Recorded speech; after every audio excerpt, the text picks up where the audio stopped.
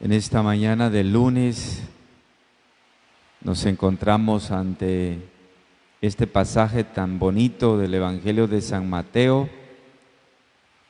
Ya vamos avanzando en el Evangelio de San Mateo.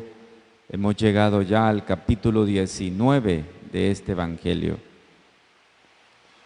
Podríamos tal vez titular la reflexión de esta mañana diciendo: el reino desde la óptica del joven. El reino desde la óptica de una persona joven. Mateo ha querido diferenciar un poco de quién se trata ese personaje y ha querido pensar el Evangelio que se trata de un joven. ¿Por qué será que nos ha ofrecido como figura a un joven? Tal vez porque la juventud es la etapa de las decisiones de la vida. El joven ha hecho una pregunta fundamental: ¿qué debo de hacer yo para conseguir la vida eterna? Y Jesús ha respondido: si quieres ser perfecto, son aspectos fundamentales en la vida de un ser humano. Si Mateo ha recordado que esta era una persona joven, es porque nos hace pensar que la juventud es una etapa de decisiones de la vida. Por eso he querido centrar esta mañana mi reflexión sobre la juventud, sobre la etapa de la vida que nosotros llamamos juventud. La pregunta básica de este chico en el versículo 16 del Evangelio de hoy es: ¿qué he de hacer de bueno para conseguir la vida eterna? Es una pregunta esencial, es una pregunta vital, porque durante la juventud normalmente uno tiene una serie de preguntas, muchas veces sin una respuesta básica. Y las preguntas esenciales siempre son: ¿qué voy a hacer de la vida? ¿Para dónde voy? ¿Qué sucederá más adelante? ¿Me casaré? ¿No me casaré? ¿Seré profesional? ¿Trabajaré? ¿Tendré una casa? ¿Tendré lo necesario para vivir? ¿Podré vivir feliz? Son preguntas serias y esenciales de la juventud. Aunque, lógicamente, este mundo que hasta antes de la pandemia era abatido, había provocado tal vez en muchos chicos un letargo en el pensamiento. Pero, aún llegada la pandemia, muchas veces incluso la tecnología nos sigue ahora invadiendo la memoria y nos hace pensar menos y sencillamente buscar lo práctico y lo esencial para poder sobrevivir. No importa en qué circunstancia realmente estamos, el joven rico del Evangelio de hoy realmente ha preguntado no una pregunta superflua, sino más bien una pregunta esencial a la vida. ¿Qué tengo que hacer para alcanzar la plenitud de la vida? Es decir, el joven indaga un camino de realización que tal vez en términos de la relación con Dios nosotros podríamos llamar salvación. O dicho de otra manera, podríamos decir: ¿cómo podemos entrar nosotros en la vida eterna? Jesús ha respondido tal vez con dos precisiones bastante sigilosas, sutiles. La primera, en el versículo 17a: ¿por qué me preguntas acerca de lo bueno? Uno solo es bueno. Primera respuesta de Jesús. Es decir, no se trata de hacer algo bueno, sino de encontrar lo que es bueno. No es, hay muchas personas que hacen cosas buenas. Y cuando preparaba esta reflexión se me vino a la mente una persona que donde mi padre trabajaba, que era un chino que no cree en Dios, ese no creía en Dios. Son muchos chinos que no creen en Dios, en el Dios que nosotros creemos. Mi papá trabajaba donde este chino y sucede que el chino, que no era cristiano, cerca de sus propiedades había una señora muy pobre que aparentemente no tenía familia. Y el chino cada semana iba para regalar, para dejar toda la provisión de la comida a esa señora. O sea, el chino no era cristiano, no creía en Cristo como nosotros, pero hacía algo bueno, hacía algo correcto, hacía una cosa adecuada, una cosa justa. Era algo bueno, pero no es lo más importante, no es que hagamos una cosa buena simplemente. Es que tenemos que ver cuál es el trasfondo de lo que hacemos. Muchos hacen cosas buenas y esas cosas buenas las hacen por conciencia humana buena. No está mala, es conciencia humana buena, pero no la hacen porque creen en Cristo. Y el Señor hoy en la primera propuesta a este chico, a este joven, le ha hecho sigilosamente una cosa más profunda. Le ha dicho, no solo busques lo bueno, no solo haz cosas buenas, busca el que es bueno. El que es bueno es Cristo. Esa es la diferencia. No es lo mismo el chino dejándole la provisión a la señora toda la semana que Madre Teresa de Calcuta. No es la misma cosa. No es la misma cosa que Santa Teresa de Calcuta ayudando y recogiendo a las personas caídas por lepra que morían de manera indigna en Calcuta. No es la misma cosa. Hay una dimensión diferente. Madre Teresa de Calcuta o Santa Teresa de Calcuta había encontrado a Cristo en el pobre. Esa es la diferencia. El chino había buscado una manera en la cual tranquilizar su conciencia con una persona pobre. No es lo mismo, no es lo mismo, no es lo mismo ni en lo más mínimo. Por eso es importante que los jóvenes y todos nosotros, los adultos también, pero hoy que vamos a hablar de los jóvenes busquen al bueno, no lo bueno, sino al bueno, es decir, a Jesús, al Señor. La salvación no está en hacer algo específico, sino la salvación está en una persona con mayúscula. Esa persona se llama Jesús. Por eso, lo bueno, el tesoro, es la persona de Jesús. No lo bueno simplemente, porque muchos hacen cosas buenas, pero sin Jesús. Nosotros debemos buscar al bueno. Mejor dicho, nosotros debemos de buscar la fuente de lo bueno. Porque el que ha encontrado a Jesús nunca va a hacer algo malo. El que ha encontrado a Jesús tiene temor de pecar, por ejemplo. Pero el que no ha encontrado a Jesús verdaderamente, como siempre lo repito yo, vive siempre como un pagano.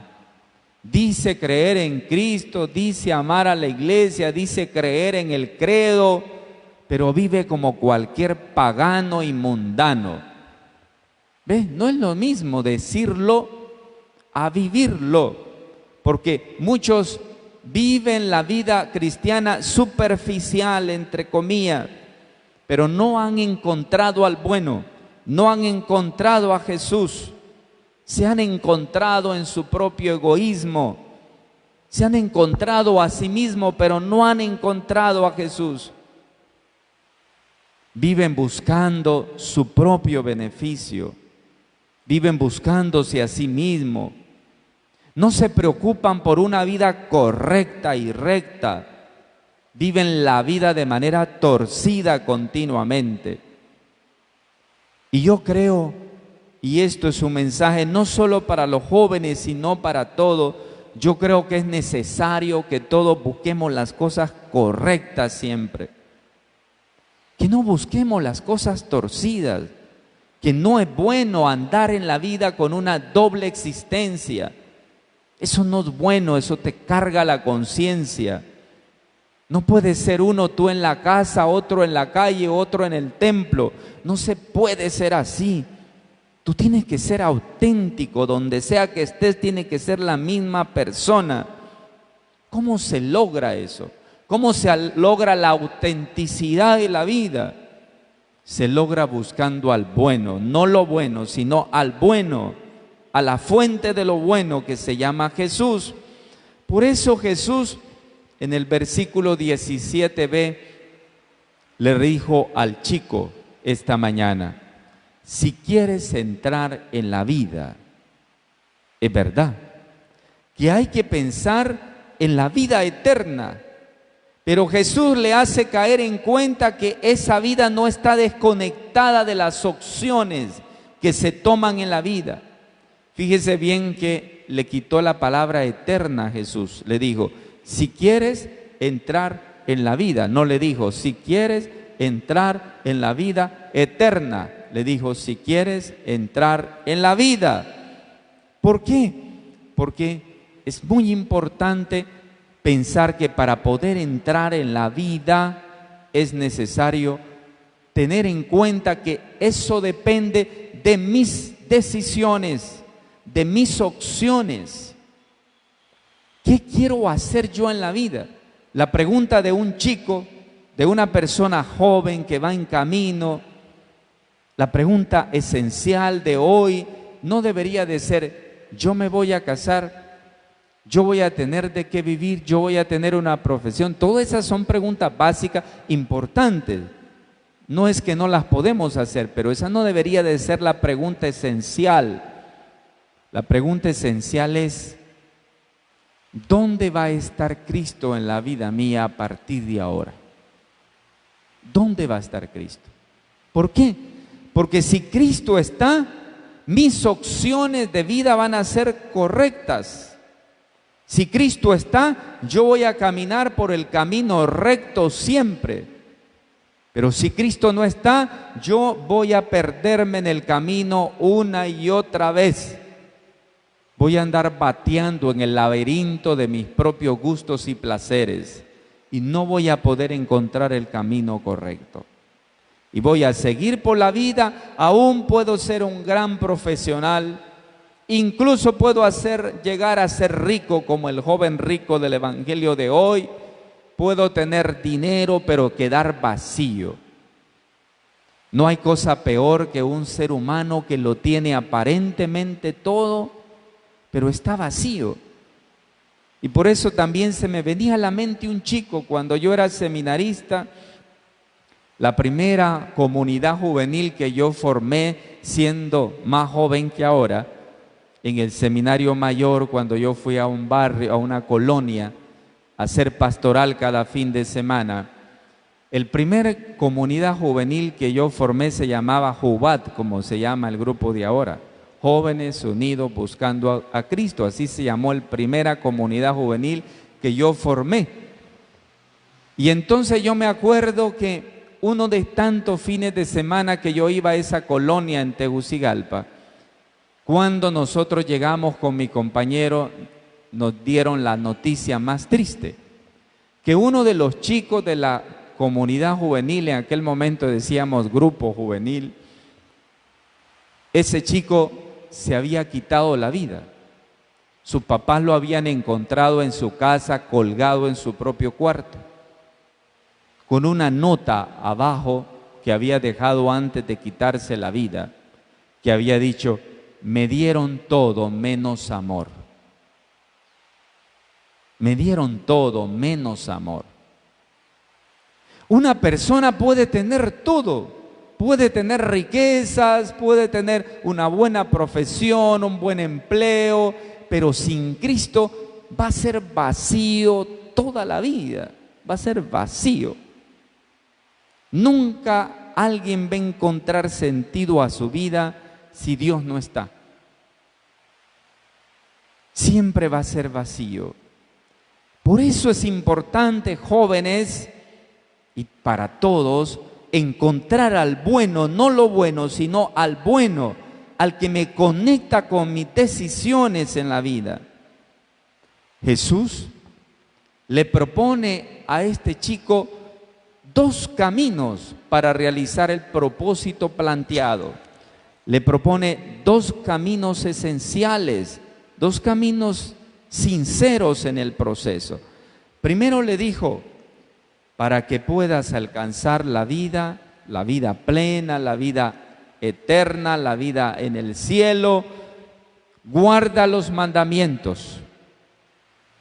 Es decir, el camino de la sintonía con la voluntad de Dios manifestada en los mandamientos del Decálogo, el cual Mateo le agrega: el amarás a tu prójimo como a ti mismo. Primera cosa le dijo, guarda los mandamientos. Una persona que olvida los mandamientos de la ley de Dios, una persona que está siguiendo supuestamente a Cristo, pero olvida los mandamientos, se olvida de no mentir, se vuelve un mentiroso, se olvida de los valores de la vida, como por ejemplo protegerse, cumplir las medidas de bioseguridad para respetarse a sí mismo y respetar a los otros, y anda ahí por la... ¿Cuánta gente vemos nosotros en la calle que no le importa nada? De verdad, no le importa nada, y anda sin mascarilla por la calle tranquilamente, no le importa nada. O sea, ese parece ser un suicida, ¿no? Hemos descubierto que hay demasiada gente suicida en la calle, ¿sí? Gente descalabrada de la cabeza, porque están ignorantes, o más bien son ignorantes, o ignoran porque quieren, o ignoran porque les da la gana. Pero, aunque seamos brutos, tenemos que aprender que la vida del otro no me pertenece, que yo tengo que respetar la vida de los demás,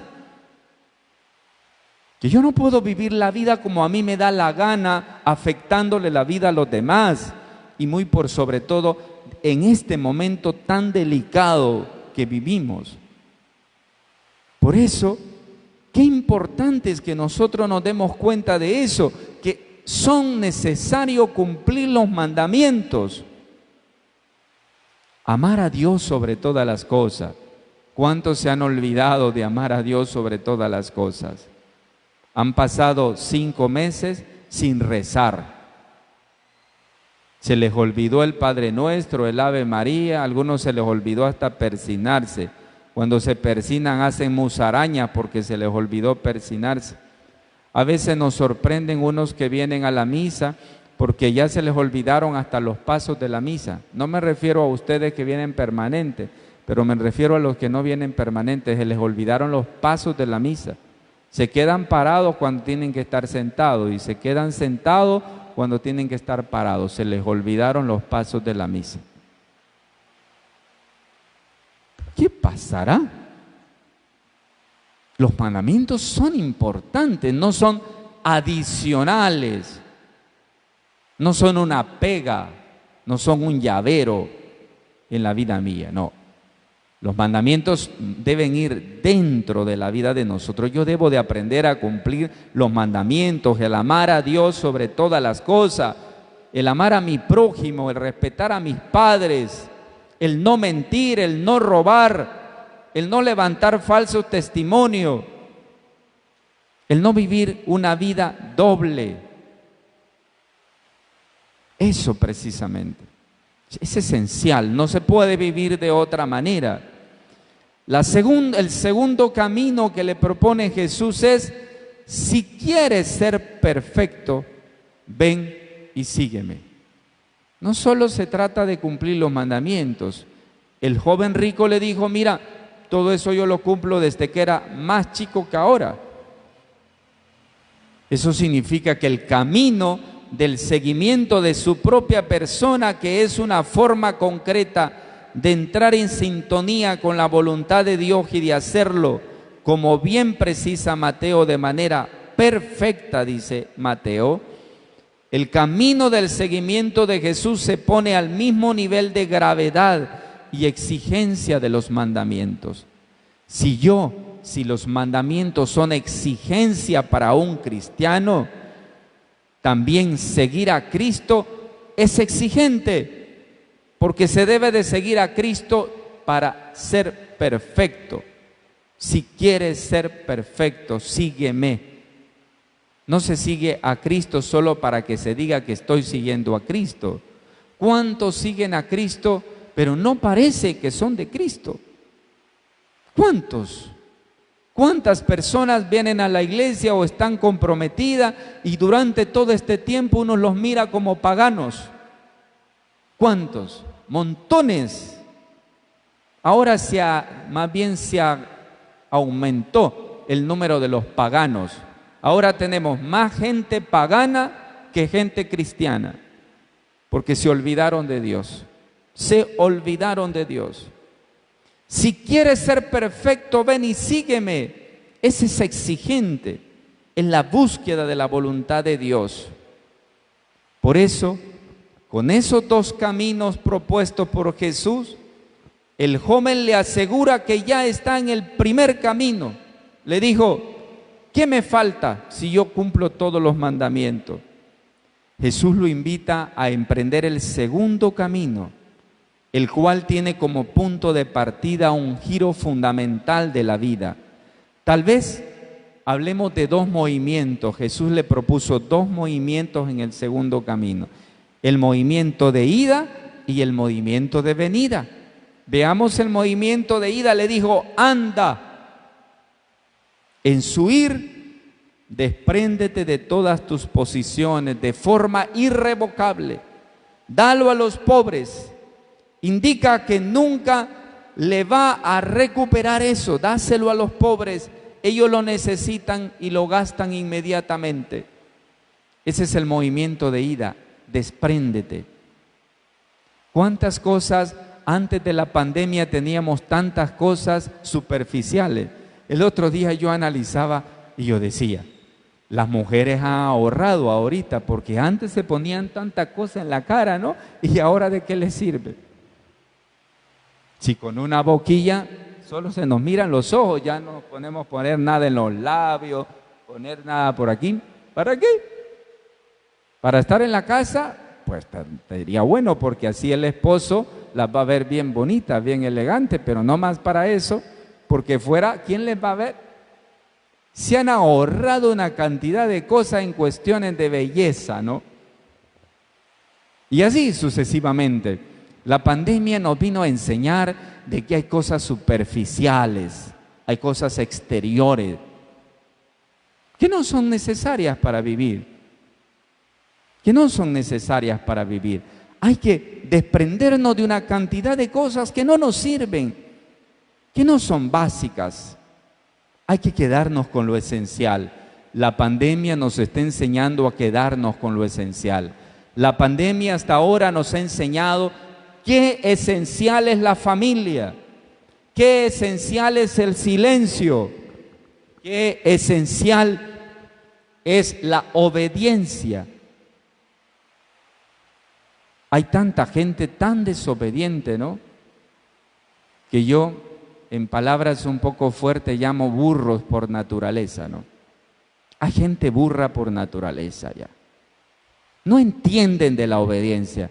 No entienden de la obediencia como un principio social y un principio también básicamente cristiano. Y viven en la vida como animales desenfrenados. Mejor vive la chenoa y más obediente es la chenoa que yo tengo, que es profundamente obediente. En menos de 2 meses aprendió a ser obediente. A veces los animales nos enseñan más que nosotros mismos. Qué necesario entonces es esto precisamente, despojarnos de todo y vivir lo esencial.